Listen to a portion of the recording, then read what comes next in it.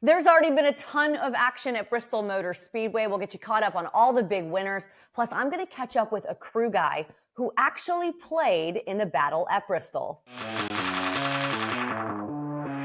NASCAR Daily with Shannon Spake. Hey, happy Friday, everyone. It is Friday, September 20th, one day away from the 21st night, September. I have to do a little earth, wind, and fire there for you on a Friday morning. I mean, my goodness, it's already been such a great week. We've had so much to talk about this week. Hope you guys enjoyed Inside the Playoffs last night. It was really awesome to have Kyle Busch on that show.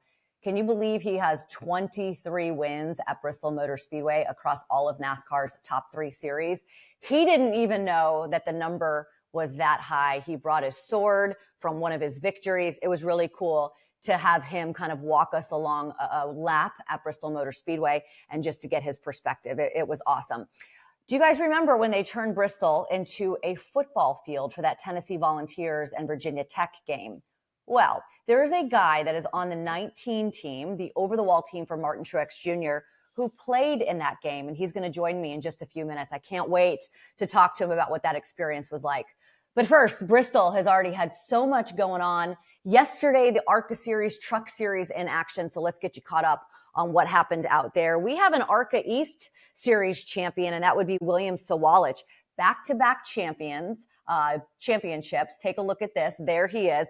He's got the sword in victory lane, holding it up. He beat Connor Zilisch, who crashed out of the race. Sawalich has won 8 times on the year, of course, including last night, while Zilisch has 5 wins this season. So very cool. Congratulations to William out there. Truck Series also in action last night at Bristol. Lane Riggs, can you say hello, playoff spoiler? Again, taking back-to-back victories. He won at Milwaukee, and now he's winning at Bristol. Look at those guys up there. They are loving it. The burnout. Do you guys remember when he won at Milwaukee? I think we have that video. Take a look, because he celebrated a little too hard, throwing out his shoulder. At least he didn't do that. He's like, you know what? I'm just going to do a big burnout. I'm not going to throw my arms up in the air again. But those crew guys, I'm sure, were ready to go just in case he did. He's 22 years old, second career victory in as many races. The field is going to be cut. The Truck Series field is going to be cut from 10 to 8 next Friday night in Kansas. So make sure you check that out. Nick Sanchez finished 5th last night in the Truck Series race. He did officially lock himself into the round of 8, but some big news off the track this week for Nick Sanchez. He tweeted this. He said, excited to share in 2025, I'm going to be joining Big Machine Racing, driving the 48 in the Xfinity Series. Of course, that ride currently occupied by Parker Kligerman, who is retiring from full-time racing next year. Parker currently 11th in the standings, 85 to the good. Of course, hoping to make the playoffs. The last race to do so would be tonight in Bristol for that series. So a new place for Nick Sanchez, a new home, and let's not forget, we also have a new home for the Xfinity Series. So make sure that you note this, because we're not going to be able to find the Xfinity Series on the NBC family of networks. It's going to be on the CW for the remainder of the year. And a very cool thing that they're going to have is an in-car camera for Dale Earnhardt Jr. Right there, take a look at this. He's going to be in the race. He, of course, was in the race 1 year ago, led 47 laps, had a mechanical issue, was not able to finish the race.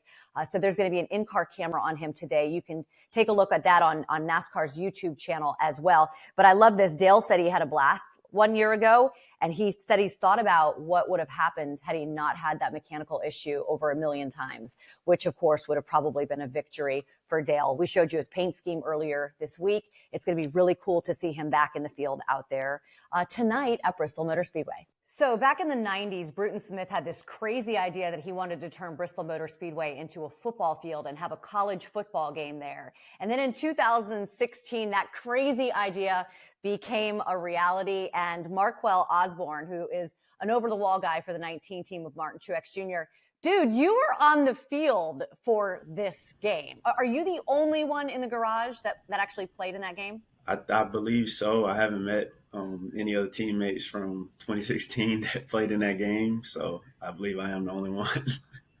Well, maybe a Hokie, right? Maybe the Hokies, but then you would have bragging rights because you guys completely destroyed them in that game. Yes, ma'am. So maybe a Hokie, but I still ain't ran into one yet. So Now, I know you grew up in Charlotte, so obviously racing was around you, but was that the first time that you had been to Bristol? no, that's not the first time. Oh, the game probably was the first time I was inside Bristol, but I have seen the racetrack before, passed through before. So that it was the first time being actually inside of Bristol. It's amazing.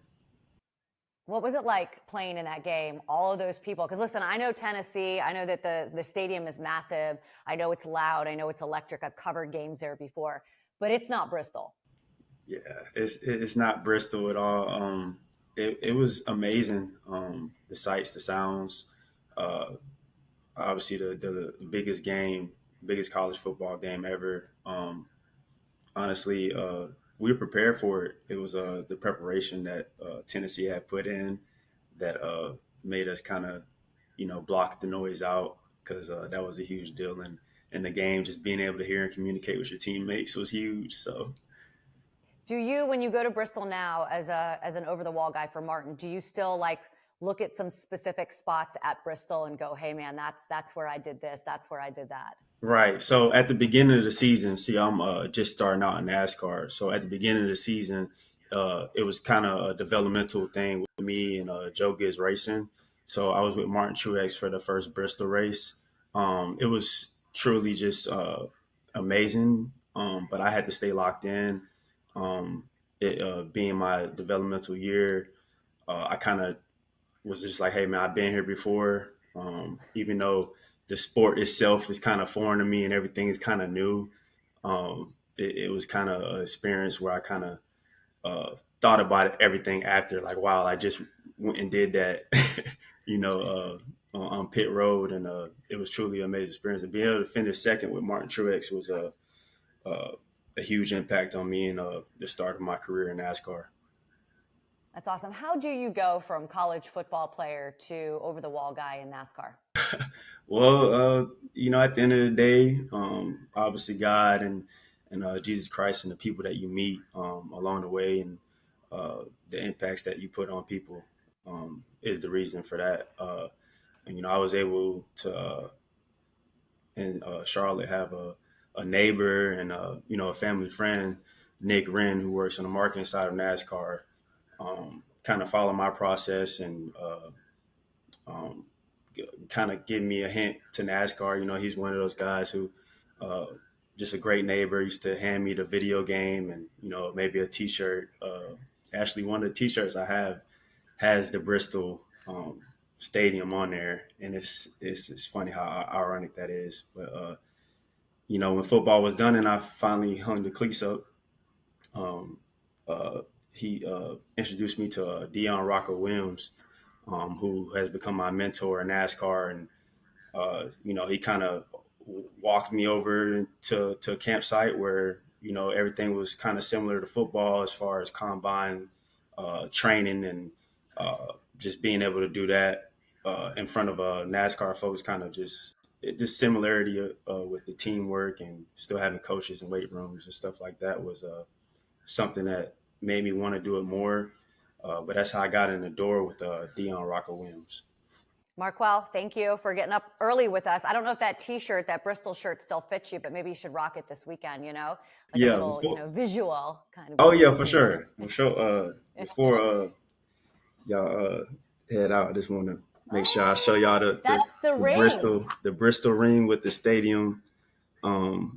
It's always just gonna be with me, and Bristol was here before NASCAR and all that, so it's just gonna hold a place in my heart, and it's somewhere where I love to compete. That's awesome. That's a total flex right there, buddy. Like I love that you brought that to this interview. No, you're allowed to flex. Okay. You are allowed. When you have that kind of that kind of resume and you had this experience that, as we just mentioned, no one else in the garage has that experience. Yes. You are allowed to flex all you want. Wear that ring because you know what? Champions wear their rings. And so you might as well wear it this weekend. Right. Yes, ma'am. Thank you. All right. You be safe this weekend. All right. Thank you. God bless. Hopefully he brings that ring to Bristol, because I'm going to make sure that I go try it on and take a picture with Quell when we're out there. Let's rewind a little bit. 2 nights ago, the Catwalk for a Cause took place here in Charlotte. Of course, Sherry Pollux passed away 1 year ago to ovarian cancer, and the Catwalk for a Cause continues to go on. It's the 14th annual. Drivers came out. They walked the catwalk with children who have battled cancer or are currently fighting the disease. I've been able to host it before. It's such a beautiful night. These children and their parents who are going through unthinkable things to just have a night where they kind of cut loose and have fun and smile. More than $5 million have been raised in the last 14 years. So if you didn't get a chance to watch it live on the live stream, you can go back and watch the Catwalk for a Cause on YouTube. Before we get going, I did pull this video for you guys. The first time I ever went to Bristol Motor Speedway was back in 2007. It was also the first time that I ever pit reported. It was in the Busch Series. I found the video. Take a look at this. Jamie, in 4 Bristol Busch starts, Ryan Newman has 4 top 10s. He's starting second today, and he said he absolutely thinks his team is capable of getting the win. Dave? It's so cringe. Jamie Little, myself, Dave Burns, Mike Massaro. I was so nervous, and it was so loud, and I didn't know what I was doing. But that was the first time that I'd ever been to Bristol. And I'm going to go this weekend as a fan. I'll be out there. If you guys see me, make sure that you say hello. I'd love to say hello to all you guys. So have a very safe weekend. Enjoy the race if you're driving, flying, whatever. And we'll see you Monday for an entire weekend recap from Bristol Motor Speedway. Have a great weekend, everyone. NASCAR Daily with Shannon Spake.